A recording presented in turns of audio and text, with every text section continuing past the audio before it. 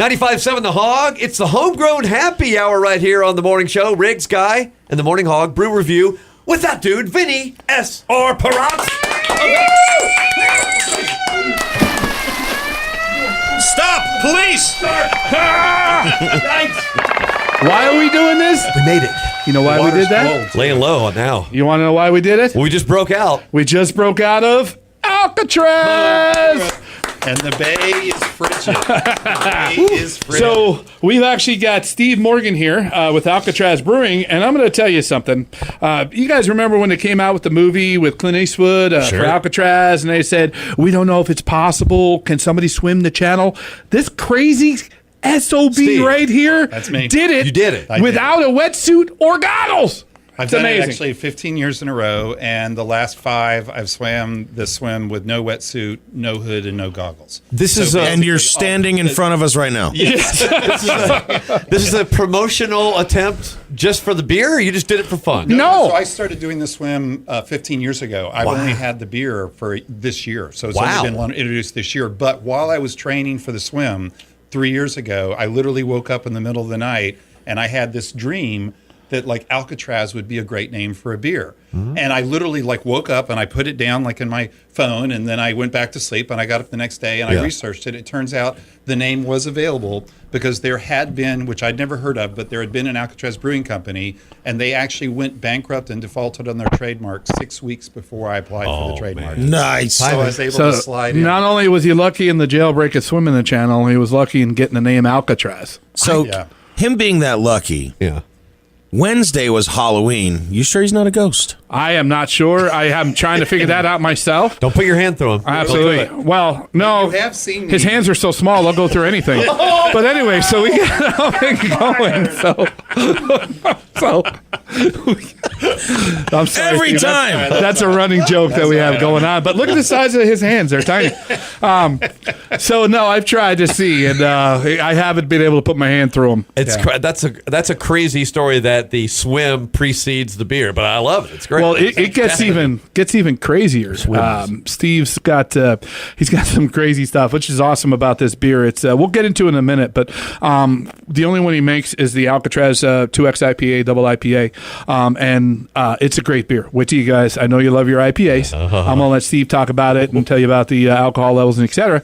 But he's got some really cool stories on where he's been in the business, how he got into the business, the brewers that are involved in this. You'll be surprised a little bit, really? And some stuff. So this is not just Steve waking up and going, "Hey, I'm going to grab anybody or everybody off the street and I'm going to go online and figure out a recipe." No.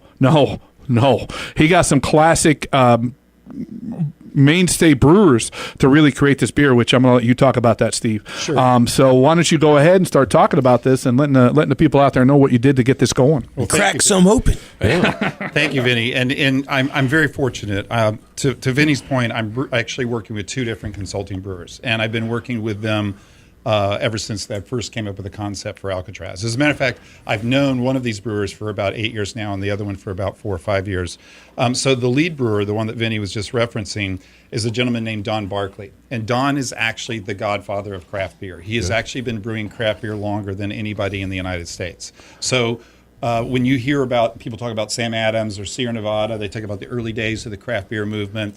Don has been brewing craft beer commercially longer than any of those businesses have been in existence. Wow.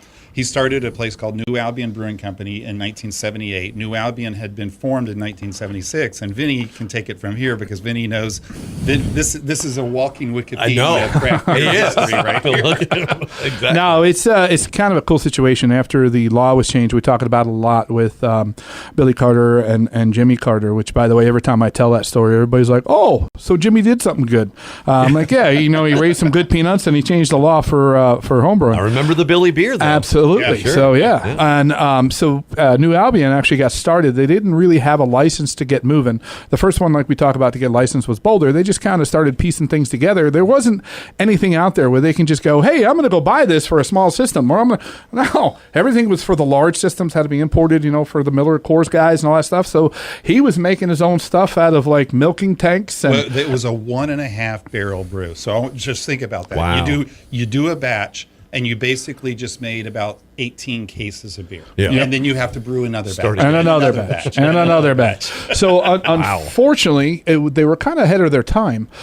So they were trying to get taken off and things happening. And then in 1980, Sierra came out with the Pale Ale. And, Sam came out in 84. Red Hook, I think, was 83. And here's one more for you. When Ken Grossman went to make Sierra Nevada Pale Ale, he went to the University of Davis, which is known for its fermentation science program. All right. And the gentleman that he got the yeast from, Don Barkley. His brewer. Really? Don was a graduate student at UC Davis. He is the godfather. He is the godfather. He literally gave Ken Grossman the yeast for Sierra Nevada Pale Ale. And then he was already brewing at New Albion, the brewery that we were just talking about, before Ken even made Sierra Nevada Pale Ale. Absolutely. And so they started rolling. These other breweries came into play. And, of course, they weren't making the money they should. And it kind of went out of business. So Jim Cook, the owner of Sam Adams, ran into Jack McCall. Yep. I don't remember how long ago, but it was probably 4 or 5 years ago. About 4 or 5 years ago, yeah. And he ran into him, and he wasn't like broke, but he was a little, down. And Jim Cook was like, "Wow, man, this is crazy. You're one of the originators of the breweries out there." So they created a 6-pack called New Albion, which was the original recipe from New Albion, and all the proceeds from that sales of that went to Jack to kind of help him get things back up and go and pay stuff off and do what he had to do because he considered him the godfather. Yeah. And I'm not sure if anybody from the Smithsonian is listening right now. But if they're not, we need to make sure have a contingent of listeners. We need to make sure they do because I'm about to lobby for an exhibit because they're working on a craft beer museum. The Smithsonian has appointed a curator, and she's going around and she's trying to gather up all the different pieces of the early days of craft beer. Wow. The recipe that you just referenced that Jim Cook got from Jack McAuliffe to make the original New Albion beers came out of Don Barkley's shoebox. And he still has that shoebox, and it's all the handwritten recipes from the first microbrewery in the United States. Yep. So I think that they should take that shoebox and put it behind a glass case. And let people look at it. That is literally the earliest written records of recipes of something that's considered a microbrewery once the craft beer revolution began. Absolutely. So that'd be the holy grail of craft beer. That's basically. Correct. So the Magna Carta. Well, that and if they find the carvings in Mesopotamia, like the first recipe, we'll give them a little credit. Cave paintings aside, we're gonna get people go. Well, what about Shinerbach? What about Anchor? Those guys were around pre-Prohibition. We're talking about after Prohibition, when the laws were changed. We were down to those 40 breweries. Shinerbach included. Yuengling included because that's one of the oldest craft beers. But we're talking about microbrew. We're talking about small guys that get started. We're talking about guys brewing, in their backyards, getting things going and rolling with it. That's what we're talking about. So I know a lot of people are going to be going, well, what about those guys? Yeah, they were helping. They were awesome.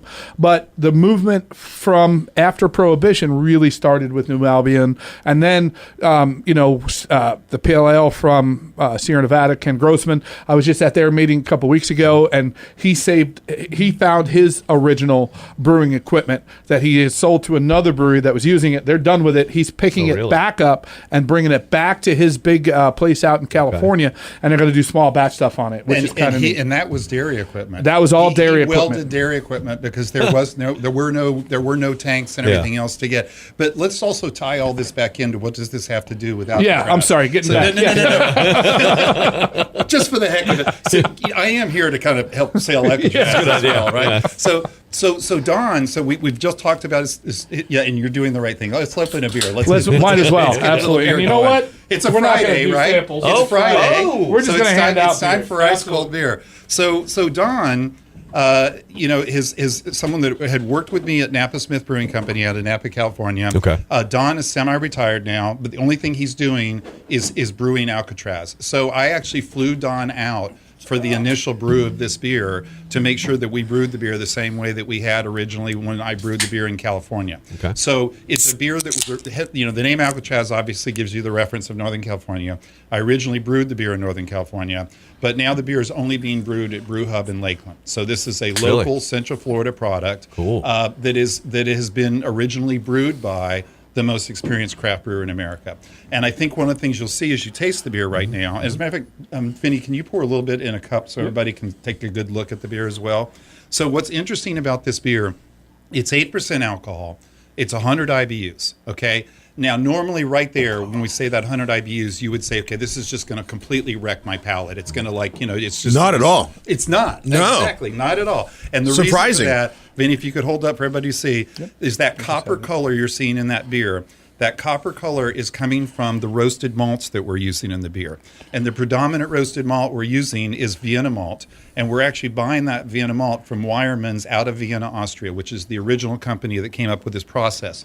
And what happens is they roast that malt longer.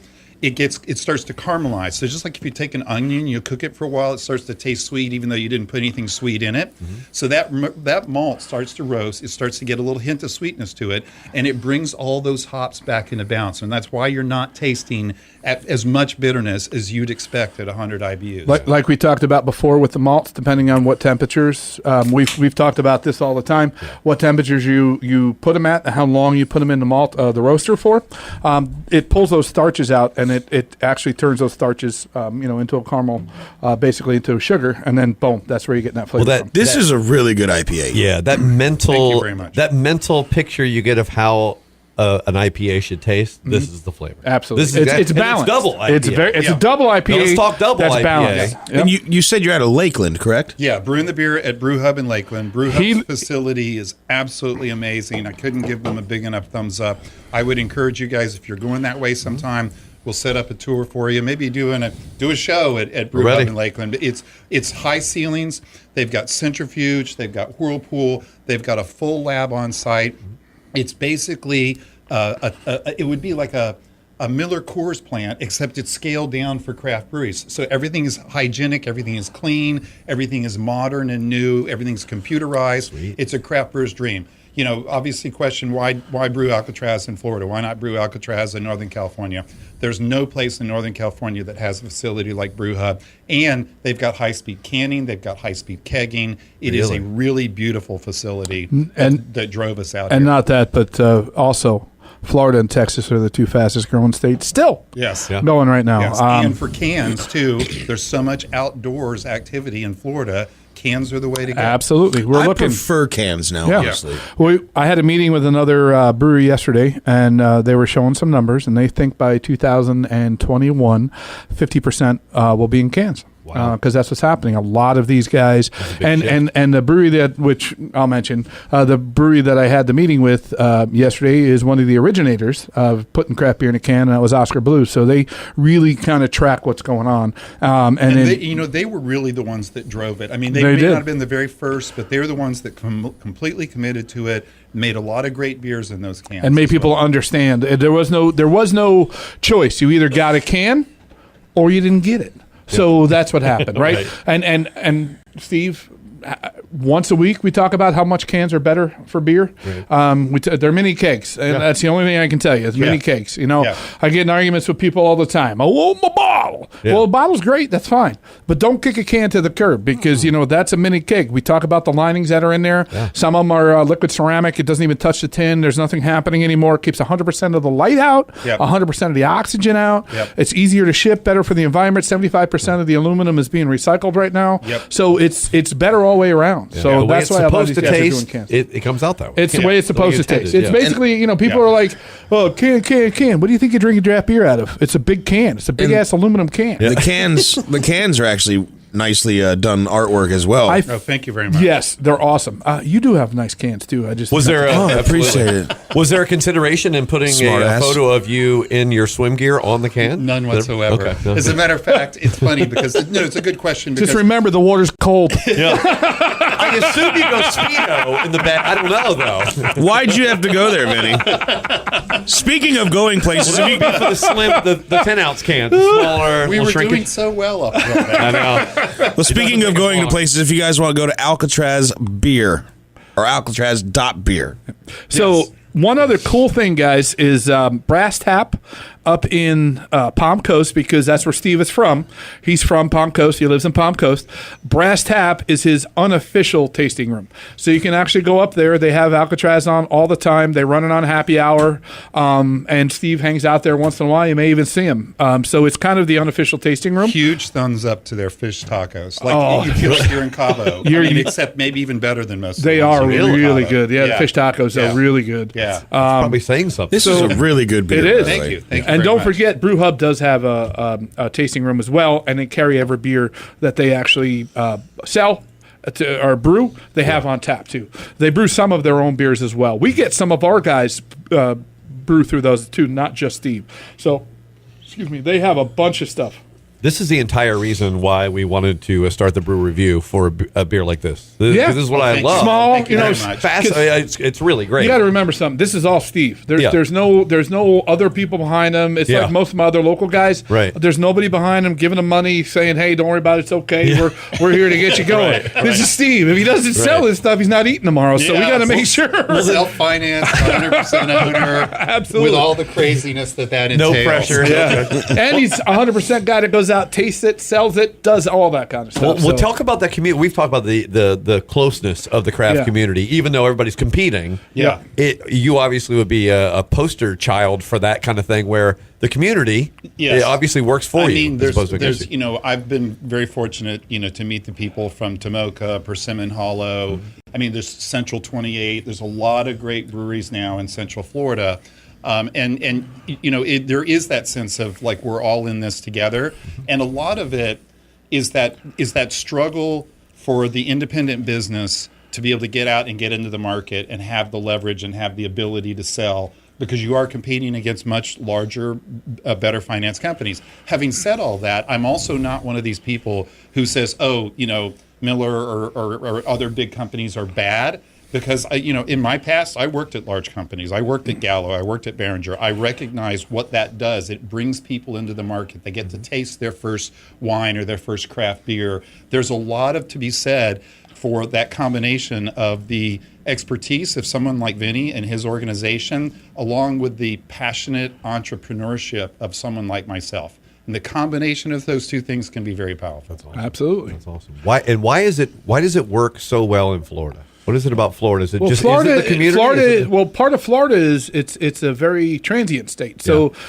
people have had all these craft beers before because we're behind the times. We talk about that, right? Yeah, right. 11 years ago when I first started selling, I get a guy look at me go, "I ain't drinking nothing unless it's on the side of a NASCAR." And now we've got to a point where we're here now, and you get a lot of these transients. So they know their Michigan beers, their New York beers. But now that we're down here, when I first started, we had maybe 10 breweries in Florida. Now we have almost 400. Wow. So people are now going, okay, I know what my beers taste like. Let me try locals. And I talk to people about this too. When you go on vacation, like when I go on vacation and I walk into a bar, I go, "What do you have local?" Right. What's local? I want to try what's local. Yeah. Because I've had everything else everywhere else. I want to know what's local. Sure. And so that's a lot. The other thing I would add to that is that, let's be honest, Florida was late to the craft beer game. Very late. But now it is on fire. Yeah. And I've seen this cycle repeated in a number of different places. In Northern California and Southern California, you were in Chicago recently. Chicago hit this wave about 8-10 years ago. Yep. Florida is in the midst of a wave right now, and you're seeing the numbers just change dramatically. Going back to what we were just talking about with cans earlier, in 1 year, between 2016, end of 2016, end of 2017, the percentage of total revenue for craft beer in the United States that was in cans went from 22 to 31% in 1 year. I've never heard of an entire category where the packaging mix moved that dramatically in a short period of time. And Florida is a poster child for that movement. Florida has, I think it's either the highest or the second highest state in the country percentage of cans, because so much outdoor activity takes place in this state. And cans are so much better for that environment. You can throw a stone and hit a beach, right? Yeah. So, I mean, here, we can look out the window and hit a beach. I can a lake at all times. Or a trail. Absolutely. Or a trail, or absolutely. Something else. He's right. Yeah. Yeah, on a trail. You know what I do? Vinny on a trail. Free T-shirt. I'd run. Sasquatch! That's why he doesn't have his pants on. So we get it all set. That was Wednesday. That was Wednesday night. We're laughing your pants off. You got them both I heard in. that on your review thing. That was pretty funny. Of Laughing your course. pants off. I thought it was awesome. Trying to squeeze but it no, in. there's a lot of different activities down there: kayaking, canoeing, just everything. If in those 2 months where it's 7,415 degrees outside, it's tough to do that. But all those other times around the year, you can do that. Yeah. People are going to the beach. You throw this in a cooler. You go out there. It's a can, right? You go hiking. You throw them in your backpack. It's a can. You put bottles in there. Okay. First of all, that jingling annoys the hell out of you when you're walking around. It says jingle, jingle, Yep. jingle, jingle. And second of all, if you fall, you're breaking glass and you're all done, right? Yeah. And then now this, you crush it, less aluminum, you put in the back. You can't be thirsty and sad with the can. No, you can't. Ever. You can't. I've never been thirsty and sad with Put a that can. on a shirt. Somebody get that on a shirt. I like that. This is tasting really good right now. Talk about It is. Absolutely. Tell people who don't know about. We've talked about double IPA. So you have an IPA. What happens to make it a double? Okay, so it's a good question. So first of all, the basic premise is more alcohol and more hops. That's the basic premise. But the difference in this beer is we talked about it a little bit before. It's that Vienna malt, because what happens is when you drink this beer, if it's doing what it should do, which it's doing right now, none of the elements are out of balance with one another. There's a lot of alcohol, but it doesn't taste like a lot of alcohol. There's a lot of hops that doesn't taste very bitter.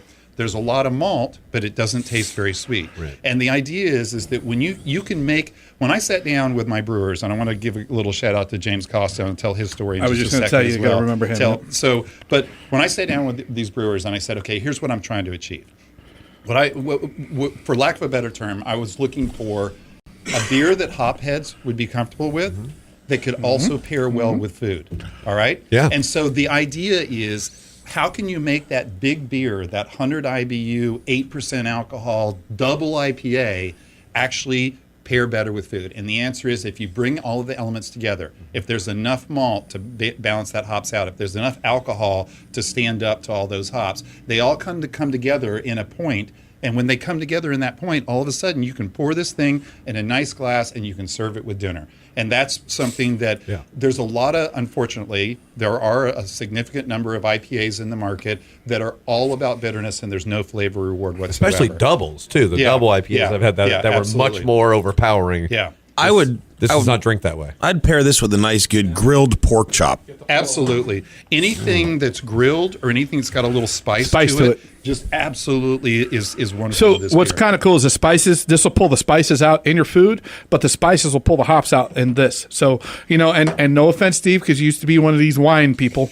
But what I was a wine guy. What people don't understand is beer pairs better with food than wine ever will. It's 4 ingredients versus 2. Yep. You have a much more versatility with a beer. It's much broader spectrum. And much broader of what spectrum. it'll So pair with. when you sit down and eat a meal, you can actually start from appetizer or aperitif, however you want to pronounce it. I know you like aperitif. From that to dessert. Look at you sucking up to Riggs. I know, right? Why don't you just kiss him already? I did last night. After the video stops. So I told you. You can't put it on YouTube anymore. No, you can't. Absolutely. All I got to say is the water was cold last night. So you can go to dessert with it, and that's one of the key things. You can have a different beer all the way through. You don't have to do it when you go to dinner, but what's nice, and that's why a lot of people order they don't realize they order Miller Lite, Coors Light, Bud Light.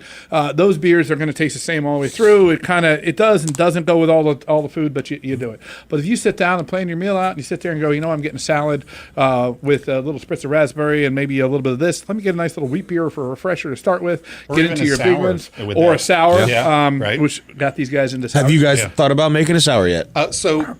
Right now, I only make Alcatraz Double IPA, and my feeling is that I want to keep working on this beer until I literally feel like it is either the best or one of the best double IPAs that's ever been made, and then I'll move on to another beer. So with each batch, and I'm happy with saying this because a lot of brewers won't say this, I'm making minor changes with every brew. When I say minor, I actually start with the exact same list of ingredients, but I move them around a little bit. So you're tasting the second batch right now. The difference between the second batch and the first batch is I took 15% of the Cascade hop, which is the predominant hop in this beer, that was in the boil, and I moved it to the dry hopping. So what that does is it creates just slightly less acerbic bitterness and a little bit more aromatics. And so with every brew, I'm making these minor changes. I'm actually not changing the bill of ingredients whatsoever. I'm just moving certain things around a little bit. And the idea is that I want to get to a point where I say this beer, I mean, I'll have the humility to say I'm not going to get to Pliny the Elder, but if I can get this beer to a point where I say this is a world-class double IPA, then I'm going to come out with the next beer. It is amazing to hear that anyone would think after drinking this beer that this is not a perfect IPA. It's it damn good. like a perfect IPA. So it's funny that I'm enjoying the heck out of it. Or you're a happy scientist in this case. Well, I guess, right? but also He's crazy. He swims the channel without a shirt. What are you nuts? But I also, I also really. I spend a lot of time thinking about. Vinny's very articulate about this, about like how do things pair? How does the beer go with food? And then also how does it taste on its own? I think it's a beautiful beer, but I think it could be a little bit better. And I learned this from Ernest Gallo. I used to work at Gallo, and I ran the marketing for Gallo Sonoma when we launched that brand nationally. You can always do better. You can always do a little bit better, and I think that if you take that to heart, especially when it's your own business, I think you can improve. When you become complacent is when you cease to exist, and that's when you don't make changes. When you get a swelled head and you get the attitude of my beer's the best, it can't get any better, is when you start having issues. And there's that guy like you who continues to strive to be better that's going to surpass you. So remember, and that's for anything, not just beer, but that's life itself. What do you want to do next? So let's say you've perfected it goes this. back. Yeah, that's a good question. So when I look at this brand, when you think about the name Alcatraz, I'm never going to put a Pilsner or a Hefeweizen in this beer because it's just not the brand proposition. Alcatraz, and you look at that island and you look at the way it juts out in the bay, and you're looking at it from San Francisco. Anything that you're going to put in this brand has to be bold and cold and iconic. Okay. It has to be something big. So I would like to do something that is also going to be on the double or imperial side. I'm not going to say whether it'll be a porter or whether it'll be something else, but it's not going to be a very light. It's not going to be a sour. Sure. It's going to be something that's big and bold and is out there. Well, it's I tell you, it is kind of humorous to imagine it getting better than this, but I'm willing. I'm ready for the next batch. We'll judge it. You don't Steve. have any Just issues with it. Let us be the judge. Before we run out of time, I just want to make sure you mention your other brewer. So I want to talk about James Costa a little bit. So we talked a lot about Don Barkley. James is the guy who actually developed the original recipe for this beer. So James's story is that he started originally at Bear Republic. And while he was there, he and the other brewer, Richard Norquist Jr., the son of the owner, they were the two brewers in the early days of that brewery, and they created Racer 5 IPA together, which Racer 5, along with Red Tail Ale and Sierra Nevada Pale Ale, those were the beers that drove the West Coast craft beer revolution. Racer 5 was a Speed Racer reference, right? Was that the cartoon Speed Racer? But it's not as widely distributed in Florida, but in the West Coast, it is here. But it's considered like one of the benchmarks. All right. Okay. And the interesting thing about that story is that it was an accidental. So what happened was James and the other brewer were both sharing a shift, and so they were taking turns going to lunch. So James goes off to lunch, and the other brewer, Richard, puts the dry hopping into the beer. All right, so basically dry hopping is you've already got the beer in the fermentation tank, it's been there for a while, and you're adding a bunch of hops to it for aromatic, not necessarily for bitterness, but for aromatic. Okay. So they switch, James comes back from lunch, Richard goes off to lunch, but Richard didn't write on the board that he had done the dry hopping. So James gets back, does the dry hopping, writes it on the board, Richard comes back and says, hey, I'm glad to see you wrote that I'd done the dry hopping on the board. And James is like, what do you mean you did the dry hopping? It wasn't on the board. I did the dry hopping. And so the next thing that Richard says is, don't tell my dad. Oh, I like that. Because they thought they were going to be in serious trouble. But it turns out... You broke the beer. It turns out the double dry hopping in IPA is like the... That's a magic trick right there. It launched 1,000 ships. Wow. I mean, literally, that was one of the critical moments. So I just wanted to make sure that James gets credit for... He developed the original recipe for this beer, and he's really good at what he does. Just so some of the people know thank out you, there... James. Taste buds, thank you. Yeah. Dry hopping's basically when they put it in almost like a tea bag in a big netting, and they just put it in the tank and let it soak in the tank when they're finishing it off. And like he said in the beginning, when you put the hops in the beginning, that breaks your alpha acids down. That's what kind of brings out that real bitterness in the beer. Right. So the more hops you put in the beginning, the more bitter the beer is going to be at the end. Is where you, like he said, you get those aromatics. So when you're smelling that beer, which everybody knows, we taste with all our senses, not just our tongue, with our nose, our eyes, and and how we feel it. So it's very important to get that going. And when you steep that beer or dry hop that beer, that's where you're getting that nice aromatic out of it. Yep. And Cascade is a huge West Coast hop. Most of your beers coming out of the West Coast are Cascade back in the day. I know they've done some new stuff now. I kind of jokingly tell people sometimes that this is the retro West Coast IPA that in other words, it's same as it never was. In other words, this beer should have been brewed 25 years ago, but it wasn't. So we're brewing it today. You're brewing it today. I like it. I like the throwback aspect of it. If you guys want to check all this stuff out, plus their facility, you can go to facebook.com/Alcatraz Brewing USA. Perfect. Yes. And you can see the latest brew is documented. I love that. Yes. I love that it changes. And they can see you standing right next to one of them. That's right. See, because now in my head, I'm thinking the next can I pop for the next batch is it different? Didn't you just? Or is it next? I need. Well, yeah, for now. Technically, Vinny did it. Vinny's the only one authorized. Right. We're on radio. Nobody's supposed to know. Unless they go to YouTube, don't forget to go to YouTube and check out Hog Brew Review, and you can see all the beer we're drinking here. This is the uncensored version. Absolutely, this is the version that you don't get to hear. And srparat.com to go to Beer Finder to find out where you can get this beer as well. Where are we chasing this beer down? Well, actually, we've got great things going on at Total Wine with it. ABC Liquors. I know there's a couple other places. Mr. Dunderbox. Mr. Dunderbox has it. Captain's that is a great Captain's place, Barbecue has it on draft. Great food. Dunderbox is great. Yeah. Captain's Barbecue has it on draft. French dip. We can head up to Palm Coast. You can head up to Palm Coast. Absolutely. So you could go over to Moonrise, have a few beers, then go over to Brass Tap and have to the unofficial tasting room and have an Alcatraz. While we're on that, and your early comment about partnerships and other people in business, Moonrise Brewing Company, these you're going to be hearing more about them. Their brown ale and their red ale and their Kolsch are all world class, and that's right out of the gates. That's in the first year. Yeah, we had them in a couple months ago. Yeah. See, that's proof. All Florida brewers get along. They do. Most of them. Yep, absolutely. I feel like I want to stir up a beer fight. There's just not going to be There one. isn't one. There is. So you know what? You and I'll fight you in a vat of beer. Yeah. Hey, the Bills are really good on Monday night. All right, that's a fight. All right, with that, I say thank you, Alcatraz, for coming in. It's about to get bloody in here. All right, boom. All right, I was like, man. wait, oh God, I had to remember what night the game was.